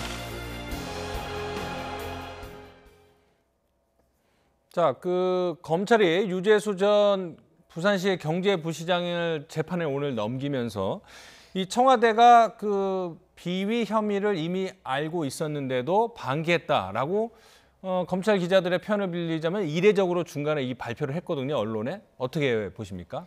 그러니까 그 전에 이제 언론 이제 검찰발 기사였겠죠. 그래서 언론 보도에 이제 많이 나왔던 어떤 그 해외 뭐 유학 자금이라든가 이제 금품 수수 이런 내용들을 이제 상당히 이제 자세하게 했어요. 근데 그 사실관계를 밝혔다는 것보다 이제 더 중요한 게 방금 말씀하신 것처럼 청와대 이제 감찰 과정에서도 이런 것들이 상당수 사실로 확인이 되었거나 확인이 가능했다. 이렇게 이제 정확히 표현했거든요. 이렇게 표현한 것은 감찰 중단 수사를 위한 명분 확보를 위한 그런 이제 밑자락 깔기 이런 거라고 생각을 해요. 지금 이제 정경심 교수 공소장 이제 변경을 둘러싸고 법원하고 이제 검찰이 굉장히 치열하게 붙고 있고 검찰의 입장을 지금 이제 재판부에서 거부당하고 있는 이런 형국이지 않습니까? 그렇다 보니까 이제 몇 달 동안 이어져 온 검찰의 어떤 조국 전 장관을 둘러싼 수사 이것의 어떤 근본적인 명분 자체가 지금 흔들리고 있는 상황이에요. 그러다 보니까 이제 검찰로서는 어떤 형태가 됐든 간에 조국 전 수석의 어떤 뭐 비위가 됐든 이런 것들을 좀 입증해야 되는 좀 이렇게 사지로 좀 몰려가고 있는 좀 형국인 것 같아요. 그러다 보니까 유 전 부시장 기소하면서 그 본인의 어떤 그 부정비리, 뇌물수수 여기서만 얘기가 끝나는 게 아니라 조국 장관하고 전 장관하고 연결될 수밖에 없는 당시 이제 청와대 특별감찰반에서도 어느 정도까지 사실 확인이 가능했다 이런 어떻게 보면 그 구속 이제 유재수 전 부시장을 구속 기소하면서 불필요했던 얘기인데 의도적으로 이렇게 좀 알린 게 아닌가 그렇게 보여집니다. 자, 이 당시 감찰 중단 결정에 대해서 조국 전 장관이 이 장관 인사청문 과정에서 언급한 내용이 있는데요. 내용 한번 들어보시겠습니다. 유재수 전 금융위 국장 경우에 있어서는 그 비위 첩보가 저희에게 접수되었습니다. 첩보를 조사를 한 결과 그 비위 첩보 자체에 대해서는 근거가 약하다고 보았습니다. 그런데 그 비위 첩보와 관계없는 좀 사적인 문제가 나왔습니다. 그 말씀은 제가 답변을 드리지 못하겠습니다. 그래서 민정비서관실의 책임자인 백원우 비서관에게 금융위에게 통지하라고 제가 지시했습니다. 이상입니다. 그러니까 이제 오늘 검찰이 이례적으로 언론에 알린 내용을 보면 조국 전 장관이나 백원우 전 비서관의 그동안의 진술 내용이 다 사실이 아니다라고 반박을 하는 거 아니겠습니까? 그렇죠. 이게 왜냐하면 사실은 이제 그 특감반에서 이게 이제 제보가 들어와서 2달 동안 조사를 했습니다. 당시에 그래서 유재수 전 부시장에 대한 휴대폰을 다 이미 제출받아서 포렌식도 하고 내용을 다 살폈어요. 그리고 2차례 조사를 하고 나중에 이게 이제 유학자금까지 나와서 자, 그러면 당신 저 해외 계좌 그거 다 자료 가져와라. 그래서 이제 내보냈는데 그때부터 이제 조사를 안 받겠다고 그래서 문제가 이제 된 것이거든요. 그러니까 해외 계좌까지 다 나왔다는 이유는 뭐냐 하면 결국 유학자금까지도 확인했다는 겁니다. 그러니까 지금 이제 구속된 사안들 보면 이미 청와대 특감반에서 내용들을 문자 메시지가 다 확인됐으니까요. 그게 다 확인됐다는 거거든요. 근데 지금 조국 장관은 좀 전에 들어보셨지만 근거가 없다라고 이야기를 합니다. 아니 근거가 없는데 뭐하러 지금 유학자금 관련해 통장을 가져오라고 이야기를 합니까? 뭔가 근거가 있으니까 당신 지금 해외 계좌 통장 가져오라고 이야기를 한 게 바로 특감반의 이야기 아닙니까? 앞뒤가 안 맞잖아요. 자, 그런 상황에서 이걸 덮었단 말이죠. 자, 그런데 검찰은 이 사안에 대해서 구속 사유라고 받고 법원도 영장을 발부를 했습니다.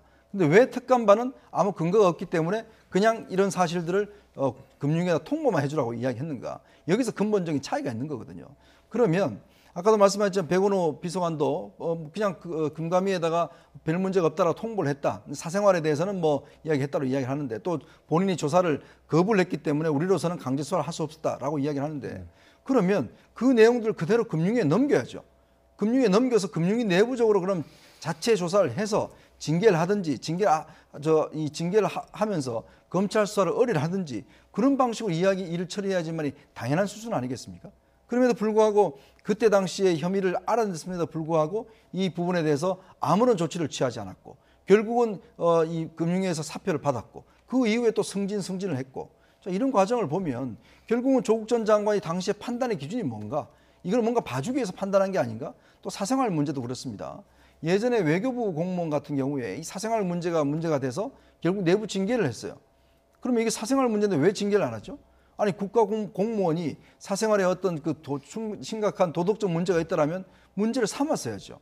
그럼에도 불구하고 이거는 이야기할 수 없다라고 이야기하는 게 결국 검찰에서는 이 조국 전 장관이 뭔가 유재수 부시장에 대해서 덮어주기 위해서 이런 이야기를 한 게 아닌가라는 강한 의심을 하고 있는 거죠.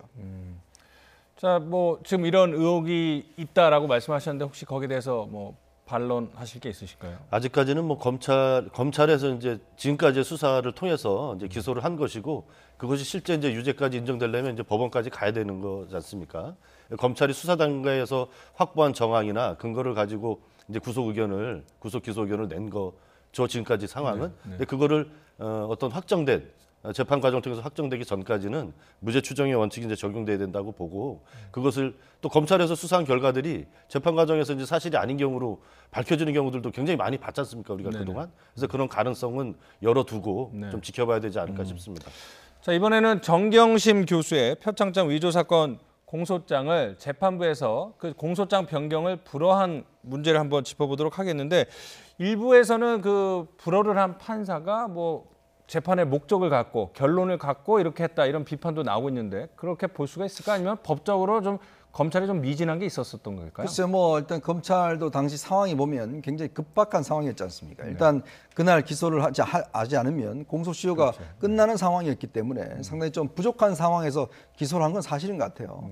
그렇지만 지금 같은 경우에 이제 공소장 변경을 불허하는 것은 저도 참 납득하기 좀 어렵습니다. 뭐 일반 예전에 법원에 판사하신 분도 그런 의견을 많이 냈던데, 왜냐하면 지금 혐의가 달라진 게 아니에요. 혐의는 똑같은데 상황이 좀 달라졌을 뿐입니다. 자, 그런 문제를 왜 그러면 공소장 변경을 하지 않았는지에 대해서 좀 납득할 수 없는 것이, 그런 어떤 법리적으로도 그런 논쟁이 있기 때문에, 물론 뭐 판사 본인께서는 또 그게 정당화했기 때문에 논쟁이 붙을 수는 있어요. 그래서 이게 이제 법조계 내부에서 논쟁이 붙다 보니까, 그래서 지금 뭐 일부 전직 영장전담 판사 같은 경우는 이거는 재판부 기피 신청을 해야 된다라고까지 이야기를 하니까 오늘 법원에서 입장을 발표를 해서 이런 어떤 공세는 좀 멈췄으면 좋겠다라고 이야기를 하지 않습니까? 네네. 이게 하나의 어떤 법률적 논쟁이기 때문에 모르겠습니다. 앞으로 이제 검찰이 추가 기소를 해서 또 두 가지 사건이 동시에 재판하는 아주 희한한 상황이 벌어질 수도 있어요. 그렇죠. 그것에 또 나중에 항소심에서 어떻게 받아들일지, 이 문제는 어차피 이제 법률적인 공방으로 정리가 될 수 있지 않을까 생각이 듭니다. 자, 그런데요, 이 청와대가 조국 일가에 대한 검찰 수사 과정에서 인권 침해가 발생했다는 이 국민 청원에 대해서 답변 연기를 했는데, 이 답변 조건을 충족하는 그런 거에 대해서 연기한 게 이번이 두 번째라고 하는데, 어떤 의미가 있다고 봐야 될까요? 워낙 이제 뭐 조국 전 장관이 이제 대통령과의 친분 관계라든가 또 청와대에서 또 했던 역할, 또 이제 법무부 장관까지 했던 그런 이제 역할이 있었기 때문에 그것에 대해서 지금 이제 청와대 입장에서 바로 이제 입장을 내기가 상당히 좀 곤혹스럽죠. 뭐 지금 이제 이것에 대해서 인권 침해가 좀 있었다 이렇게 하면 당장 이제 뭐 조국 편들어주기 또 이렇게 나올 테고, 그렇지 않다 그러면 어쨌든 간에 지금까지 검찰이 수사하는 과정에서 인권을 이제 보호하지 않고 또 강압적으로 하고 밤샘 조사 또 별건 수사 이런 것들에 대해서 이제 국민적인 문제 제기가 많았던 건데 마치 또 그것을 결과적으로는 용인해 주는 것처럼 이렇게 좀 오해가 될 수 있는 시점인 거죠. 그리고 지금 이제 수사가 이제 막바지 단계에 이르고 있기 때문에 현명한 처사였다고 저는 생각을 합니다. 지금 시점에서 어떤 입장을 냈을 때는 논란이 불가피해요. 그냥 어떤 양쪽 진영으로부터. 그렇기 때문에 좀 재판 과정, 수사와 재판 과정을 좀 지켜보면서 추후에 해도 크게 이제 문제가 되지 않는 사안이기 때문에 현명한 선택을 했다 이렇게 봅니다. 지금 이제 시작은 이제 조국 전 장관 가족과 관련된 의혹들로 시작해서 이제 청와대까지 검찰 수사가 향하고 있는데, 이 수사가 언제까지 계속될 걸로 보세요? 글쎄, 이게 지금 사실 울산시장 이제 그 하명 수사, 그다음에 지금 이제 또 유재수의 수사, 이게 뭐 일단 유재수 부장의 수사는 상당히 좀 진척이 되어 가는 것 같아요.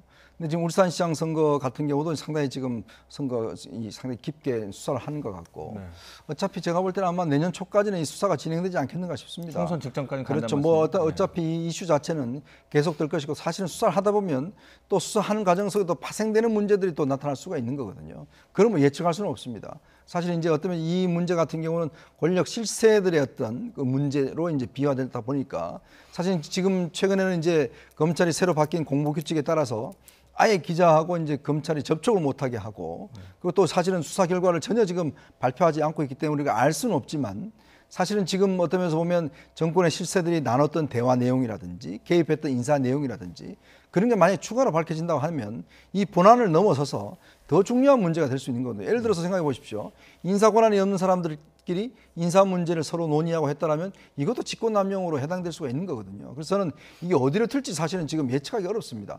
이 사건만 놓고 보면 이제 마무리되어가는 국면 같지만 모르겠어요. 검찰이 내부에서는 또 그 내용과 관련돼서 다른 또 지금 혐의를 보고 있는 것인지 모르기 때문에 아마 이 문제는 총선 전까지도 상당히 이슈가 계속되지 않겠는가 예측을 해봅니다. 네. 예, 좀 아까 좀 그 공소장 변경에 대해서 좀 얘기를 하셨는데, 그거는 이제 너무나 좀 중요한 문제이기 때문에 좀 짚고 넘어가야 될 것 같아요. 그러니까 예를 들어서 이런 거죠. 조국 그때 시점으로 돌아가서 우리가 해상을 해보면 조국 전 장관을 둘러싸고 여러 가지 이제 뭐 부동산 투기 의혹이라든가 위장 전입 이런 의혹이 이제 최초에 이렇게 막 좀 제기가 됐었어요. 근데 그때까지는 뭐 그런가 이렇게 생각을 뭐 이제 추정만 했던 거죠. 그러다가 이제 표창장 위조 사건에 나오면서 아 이거 뭔가 있구나. 라고 이제 국민들의 인식이 이제 확 바뀐 사건이 그 사건이었단 말이죠. 그래서 조국 전 장관을 둘러싼 여러 가지 전방위적인 수사의 첫 출발점이 된 거예요. 그것도 공교롭게 인사청문회 마무리를 1시간 앞두고 이렇게 됐단 말이에요. 근데 그것은 같은 사건이다, 사안이다 이렇게 아까 이제 앞에서 말씀하셨는데 재판부는 지금 전혀 다르게 보고 있는 거거든요. 그러니까 표창장 위조의 시점도 다르게 이제 바꾸려고 하는 거지 않습니까? 그래서 그날이 사실상 공소시효 만료일이 아니었다. 지금 이제 검찰이 바꾸려고 하는 거는 그렇게 되는 거고 시점이.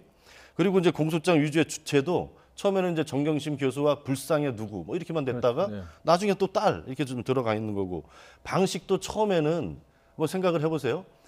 처음에 이제 검찰에서 그 고소장에 썼던 거대로 보면 정경심 교수가 총장 도장을 말하자면 몰래 빼내서 직인을 찍었다. 이렇게 처음에 이제 고소장에 돼 있었단 말이죠. 그러나 이제 나중에는 컴퓨터 프로그램을 통해서 포토샵을 이용해서 이렇게 했다. 이게 어떻게 같은 사건으로 이해가 되는지 저는 좀 상식선에서 좀 납득이 안 되고요.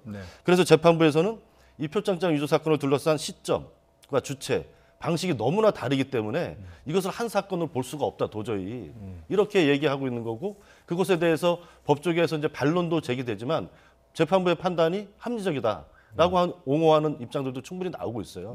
그래서 이것은 어떤 지금까지 진행됐던 뭐 80군데를 압수수색하고 뭐 20명의 뭐 검사들이 투입되고 정말 전방위적인 이런 수사가 벌어진 첫 출발점 명분이었기 때문에 명명백백하게 이거 사실관계가 밝혀질 필요가 있다 이렇게 생각을 알겠습니다. 합니다. 자, 검찰 얘기 다른 사건 하나 말씀을 들어볼 텐데요. 이 민원인의 고소장을 분실해서 위조한 혐의로 1심에서 징역 6개월 선고유예를 받은 전직 검사가 항소심에서도 같은 형을 선고받았습니다. 그래서 일부에서는 결국 처벌을 받지 않게 된 거 아니겠습니까? 그렇죠. 이 선고유예라고 하는 것은 이제 6개월 선고유예라고 하는 것은 어쩌면 그 기간 내에 동일한 어떤 범죄가 이루어지지 않으면 형이 소멸되는 그런 형이기 때문에 사실상은 뭐 어떤 면에서 보면 이제 물론 유죄긴 하지만 실질적으로 아무런 어떤 혐의를 받지 않는 처벌을 받지 않는 이런 결과가 됐어요.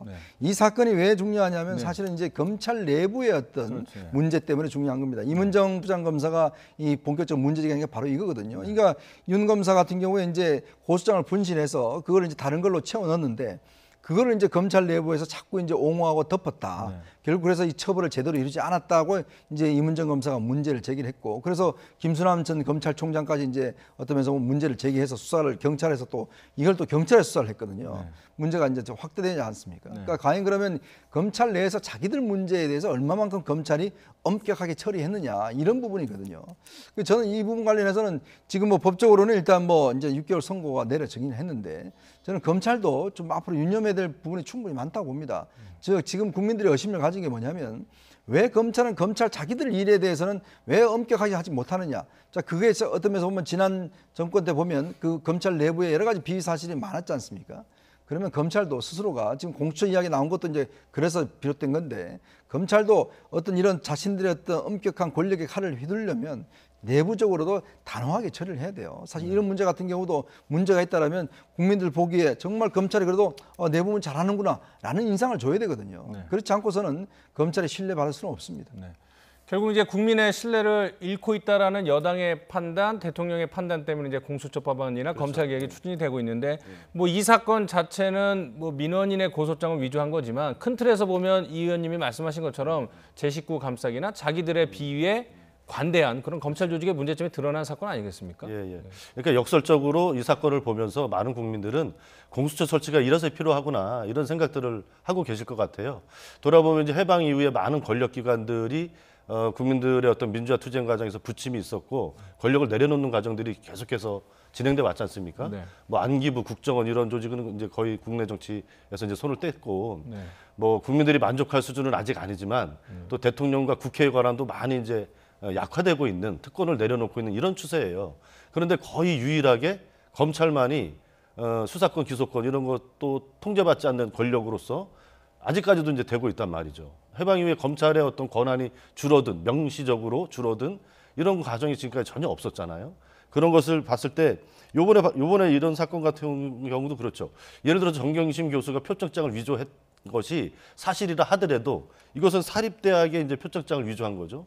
근데 이것은 검찰이 국가 공권력인 검찰이 고소장을 바꿔버린 위조한 이런 사건이란 말이에요. 사문서보단 공문서 위조 처벌이 더 그렇죠. 이 경중이 완전히 다르고 그럼에도 불구하고 지금 조국 전 장관은 한 7, 80군데 압수수색을 했는데 이번 사건 같은 경우는 부산 경찰이 압수수색을 하겠다 했는데 압수수색도 다 못하게 했잖아요. 이런 걸 보면서 정말 검찰이 통제받지 않는 권력으로서 너무 이제 막 나가고 있구나 이런 것에 대해서 국민들이 많이 우려를 하고 계신 것이고 아까 이제 이현정 논설위원께서도 말씀해 주셨지만 이번 기회에 검찰이 어떤 그런 국민들의 따가운 시선 이런 거를 좀 분명하게 인식을 하고 스스로 어떤 개혁할 수 있는 그런 계기로 삼는 것이 좋겠다 이렇게 생각을 합니다. 제가 한마디만 첨언하면 네. 사실 이런 내부의 문제를 해결하기 위해서 또 다른 어떤 면에서 보면 새로운 기관을 만드는 것 자체는 저는 해법은 아니라고 봅니다.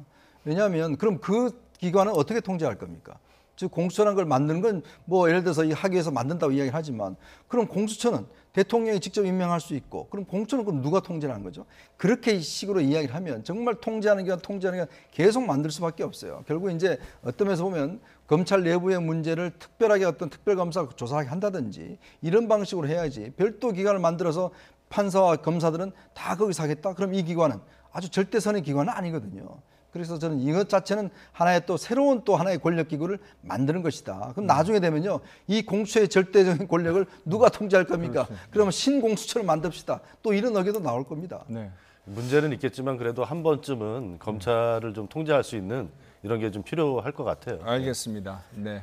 자, 오늘 나이트 포커스 윤종권 동아방송예술대 교수, 이현종 문화일보 논설위원 두 분과 이야기 나눠봤습니다. 고맙습니다.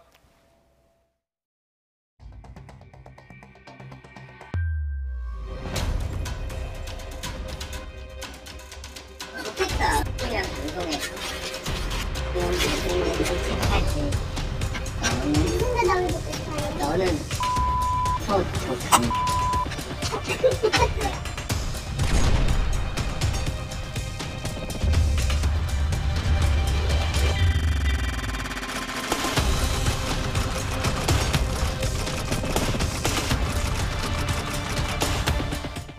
아닌데? 우리 집 엄청 더운데?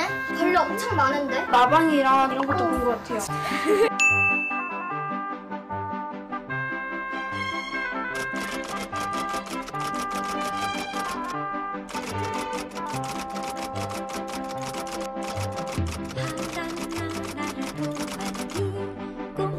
어린이 배우들이 어떻게 하면 컨디션을 잘 유지하면서 촬영을 해나갈 수 있을까 뭐 이런 고민들을 제작진에서 제일 많이 했고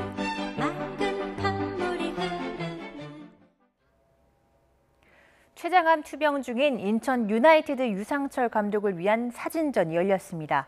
행사장을 찾은 팬과 축구 관계자들은 한마음으로 유 감독의 쾌유를 기원했습니다. 김승환 기자입니다. 밝게 웃는 얼굴부터 2002년 월드컵에서 역사적인 골을 넣는 모습까지 선수와 프로팀 감독으로 지난 20여 년 한국 축구와 함께한 유상철 감독의 사진들이 가득합니다. 한쪽엔 팬들이 작성한 정성스러운 쪽지도 걸렸습니다. 최근 췌장암 투병 사실을 고백한 불굴의 사나이 유상철 감독 사진전입니다. 그래서 우리가 받았던 그런 즐거움과 희망을 본인한테 다시 한번 되돌려줘서 운동장에서 이렇게 이겨서 내가 다시 나와노라 하는 그 모습을 보고 싶어하는 그런 염원을 담아서 실제 유 감독은 기적의 아이콘으로 불립니다. 어린 시절 키가 작아 축구를 그만둘 뻔했지만 보란 듯이 대형 선수로 성장했고 지난 2002년에는 한쪽 눈이 보이지 않은 채로 월드컵 4강 신화를 이끌었습니다. 또 올해도 K리그 최하위로 처진 인천 유나이티드의 지휘봉을 잡아 1부 리그에서 살아남았습니다. 결코 포기하지 않았던 그리고 이겨낸 감독입니다. 가장 뜨거웠던 불굴의 사나이 유상철을 만나보시기를 바랍니다. 팬들은 한마음으로 유상철 감독이 또 한 번의 기적을 써주길 바라고 있습니다. 마음이 다 하나가 되고 또 우리 마음을 다 모으면 분명히 유상철 감독님은 다시 건강하게 돌아오실 걸로 굳게 믿습니다. 네, 유상철 감독님 화이팅! 구단은 유 감독이 시즌 종료 뒤 항암 치료에 전력을 다하고 있다고 전했습니다. 팬들은 물론 각계각층에서 쏟아진 응원에 힘을 얻고 있는 모습입니다. 저 또한 빨리 쾌유해서 여러분들 앞에 좋은 모습으로 다시 설 수 있도록 최선을 다하겠습니다. 감사합니다. 축구협회는 이달 말까지 진행되는 사진전의 수익금은 전액 유상철 감독에게 전달할 예정입니다. YTN 김승환입니다.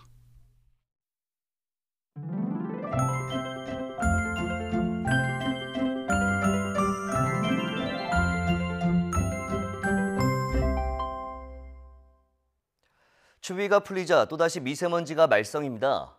내일 서울 아침 기온이 영하 2도로 오늘보다 2도가량 높아 추위가 한결 덜할 것으로 보이는데 다만 중서부 지방은 오전에 남부지방은 낮에 미세먼지 농도가 짙게 나타나겠습니다. 외출하시는 분들은 미리 미세먼지 정보 확인해 주시기 바랍니다. 낮 동안에는 서울 기온이 6도까지 오르는 등 오늘과 비슷하겠습니다. 중부지방을 중심으로 비나 눈이 내리고 있습니다. 내일 새벽에는 남부 내륙으로도 비와 눈이 확대될 것으로 보이는데 비의 양은 5mm 안팎으로 많지 않습니다. 하지만 강원 산간에는 최고 8cm, 강원 내륙에는 최고 5cm의 많은 눈이 쌓일 것으로 보여 대설 예비특보가 내려졌습니다. 피해 없도록 대비 잘해주시기 바랍니다. 내일 아침부터는 비와 눈이 그치고 날이 점차 개겠습니다. 내일 아침 기온 오늘보다 2도에서 7도가량 높겠습니다. 서울 영하 2도, 대전 2도, 광주 3도, 부산 6도로 예상됩니다. 낮 기온은 오늘과 비슷하거나 조금 높겠습니다. 서울 6도, 대전 8도, 광주 9도, 부산 13도로 예상됩니다. 다음 주에는 예년 기온을 웃돌며 큰 추위 없겠고 화요일에는 전국에 비가 내릴 것으로 전망됩니다. 지금까지 날씨 정보였습니다. 금요일 뉴스나이트 마칩니다. 편안한 밤 보내십시오.